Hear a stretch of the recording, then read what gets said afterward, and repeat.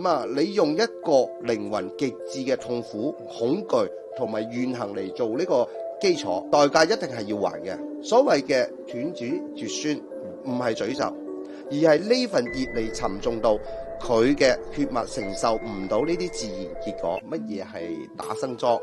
佢係一種咧古代建築工程喺入邊嘅生人祭祀嘅習俗嚟嘅。所有相關嘅呢啲傳說咧，都係充滿住啲怨氣啊、仇恨啊同埋不祥咧。你用一個靈魂極致嘅痛苦、恐懼同埋怨恨嚟做呢個基礎，代價一定係要還嘅。係強行攞走一條無辜嘅生命啊，嚟成全自己嘅一啲事業。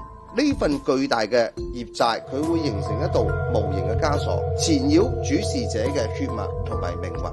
所謂嘅斷子絕孫，唔係詛咒，而係呢份業力沉重到佢嘅血脈承受唔到呢啲自然結果。真正嘅風水啊，係去攞環境裏邊生生不息嘅一啲生氣，然後順應佢，引導佢，令人同環境和諧合一，互相滋養，而唔係強行去改變同埋去破壞。